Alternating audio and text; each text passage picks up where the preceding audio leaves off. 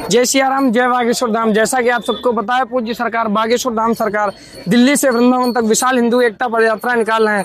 आज यात्रा का 10वां दिन है। यह यात्रा हमारे ब्रज क्षेत्र वृंदावन में पहुंच चुकी है। अभी हमारे पीछे आप सब देख पा रहे हैं, लाखों सनातनी एक साथ होकर लगभग 20 लाख सनातनी हिंदू भाई बहन सड़कों पर आ चुके हैं पूज्य सरकार बागेश्वर धाम सरकार के साथ। आज हमारे साथ हैं राहुल भैया। भैया राम राम। जय श्री राम भाई। आपको इस पद यात्रा में आकर कैसा लगा? इस पद यात्रा में आके कैसा लगा, मानो साक्षात कहते हैं किसी ने स्वर्ग नहीं देखा, लेकिन स्वर्ग देखना है तो यहाँ आकर के देख लो। अच्छा। ना कोई जाति, ना कोई भेद, ना कोई धर्म की राजनीति, ना कुछ। अच्छा। छोटे से लेकर के ऊपर तक के सभी भाई बंधु आपको यहाँ दिख जाएंगे। छोटे बच्चे से लेकर के बूढ़ा और महिलाएं, बुजुर्ग से लेकर के कन्या तक की आपको इस समर्थन यात्रा जो है हमारी हिंदू राष्ट्र की, गौ माता, राष्ट्र माता की, उसमें आपको दिख जाएंगी। अच्छा। और ये आज की डेट में हमें किसी को बताने की आवश्यकता नहीं। कई लोग कहते हैं हिंदू सोया हुआ, हिंदू सोया। ये आज पूरा दृश्य अगर आप कैमरामैन दिखाएंगे ना तो पता चल जाएगा, ना हिंदू पहले सोया था, ना आगे कभी सोएगा। वृंदावन में ऐसा आकर लग रहा है कि जैसे त्रेता युग में भगवान राम वापस वनवास से लौट के अयोध्या आए थे। भैया तो आप देखो, अगर कोई सनातन के लिए कार्य करता है और इस उम्र में आकर के करता है, 29 साल की उम्र में, जहां पर हम देख रहे हैं कि जिन राजनेताओं को कार्य करने चाहिए जनता के लिए, जिन नेताओं को काम करना चाहिए, वो एक संत कर रहे हैं। वो अस्पताल भी बना रहे हैं कैंसर पीड़ितों के लिए और पद यात्रा भी कर रहे हैं। चाहते तो अपने आश्रम में विश्राम कर सकते थे, लेकिन उनका जो संकल्प है ना कि समस्त हिंदुओं को एक करने का, जाति के अंदर जो नेताओं ने घुसा दिया दलदल से, उसको निकालने का, क्योंकि ये जातियों में डाल डाल करके ही तो हमें काटने का काम हो रहा था। और काट काट करके एक अलग समुदाय को, जिसकी कोई भूमिका नहीं थी बंटवारे के बाद, उसको इतना ताकतशील बना दिया कि हिंदुओं को ऐसे लगने लगा कि हम भारत में, हम यहाँ पे पैदा हुए हैं या हम किराएदार हैं।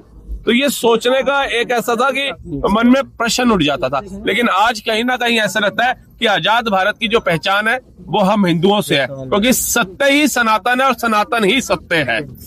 वृंदावन तो संतों की नगरी है। यहाँ पर तो कई संत रहते हैं। क्या आज तक किसी ऐसे संत ने कम उम्र में पूरा झंडा फहराने के लिए बड़ा संकल्प लिया है? नहीं लिया। देखिए, कहते हैं, अरे बुजुर्ग भी कहते थे कि बूंद बूंद से घड़ा बनता है और कड़ी से कड़ी जुड़ती है तो काफिला बन जाता है, हजूम बन जाता है। आज वो देखने को मिल रहा है। कहते हैं प्रत्यक्ष को प्रमाण की आवश्यकता नहीं होती, और वही मुझे यहाँ पे देखने को मिल रहा है कि यहाँ पर जातवाद की करती विदाई हिंदू हिंदू भाई भाई। इसी यात्रा के अंदर आपको भगवा कलर के झंडे भी दिखेंगे और तिरंगा भी दिखेगा, लेकिन हरा झंडा नहीं दिखेगा। यही है हमारे भारत की पहचान, यही है हमारी संस्कृति। अभी तक ऐसा था, हमारी बुआ जी कहती थी रामलला हम आएंगे, मंदिर वहीं बनाएंगे। अब तो बागेश्वर धाम सरकार चलकर वृंदावन आए हैं, तो रास्ते में नारे लग रहे थे कृष्ण लला हम आएंगे, मंदिर वहीं बनाएंगे। देखिए, अभी तो कृष्ण लल्ला हम आएंगे, मंदिर वहीं बनाएंगे, फिर महादेव जी काशी भी आएंगे, मंदिर वहां भी बनाएंगे। अच्छा। ठीक है, ये संकल्प है, क्योंकि सनातन को खत्म करने का जिसने भी भारत में सोचा है,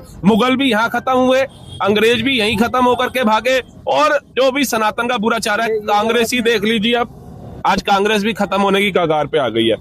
कई धर्म विरोधी इस पदयात्रा का विरोध कर रहे हैं, उनके लिए आप क्या कहना चाहेंगे? करने दीजिए। प्रभु श्री राम का भी कईयों ने विरोध किया होगा उस समय, श्री कृष्ण का भी किया होगा, सबका किया होगा।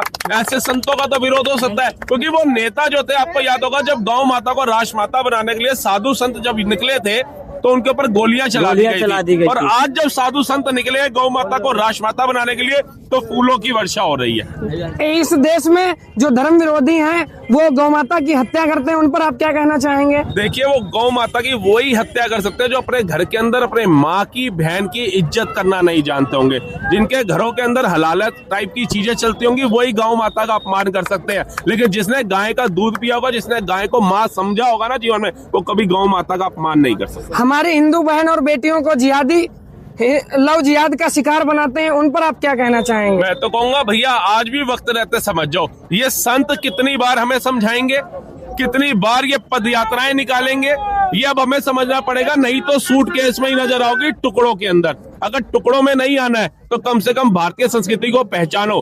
हम बाहर के देशों के ऊपर गर्व महसूस करते हैं। आज आप वृंदावन जाइए, रशिया हो, अमेरिका हो, ब्रिटेन हो, इंग्लैंड हो, लंदन हो, यूरोप की कितनी भी कंट्रियां हो, आपको यहाँ पे राधे राधे जपते हुए महिलाएं मिलेंगी भारतीय संस्कृति के अंदर। लेकिन वही हमारी भारतीय नारियों को क्या हो गया, ये कहीं ना कहीं एक सोचने का विषय है। और मैं तमाम उन लोगों से, उन बुजुर्गों से कहना चाहूंगा कि अपने बच्चों को कोई और शिक्षा दे या ना दे, लेकिन सनातन की शिक्षा जरूर दे, क्योंकि सनातन जीवित रहेगा तो हमारे संस्कार जीवित रहेंगे, हमारे संस्कार जीवित रहेंगे तो हमारा परिवार जीवित रहेगा।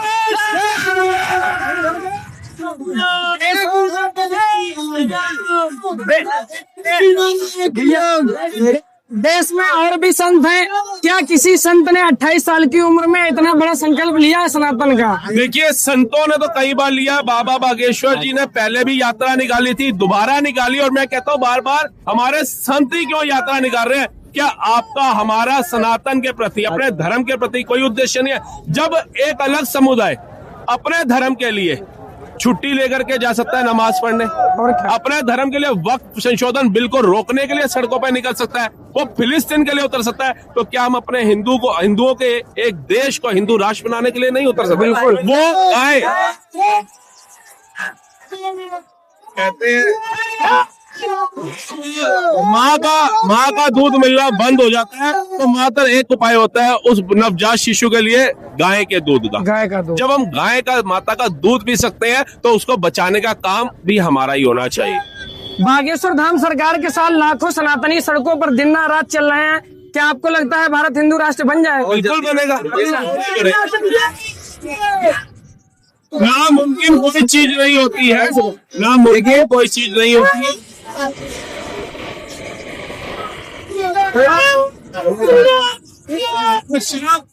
इस डिबेट के अंदर जहाँ हिंदू राष्ट्र की बात चल रही है, गौ माता की बात चल रही है, और बजरंगबली के रूप के अंदर भी हमारे को दर्शन देने देखिए। इस बच्चे से लगाकर बूढ़े तक हैं। अब इस बच्चे से ऐसा लग रहा है कि भारत हिंदू राष्ट्र जल्द ही बनेगा। बिल्कुल बनेगा।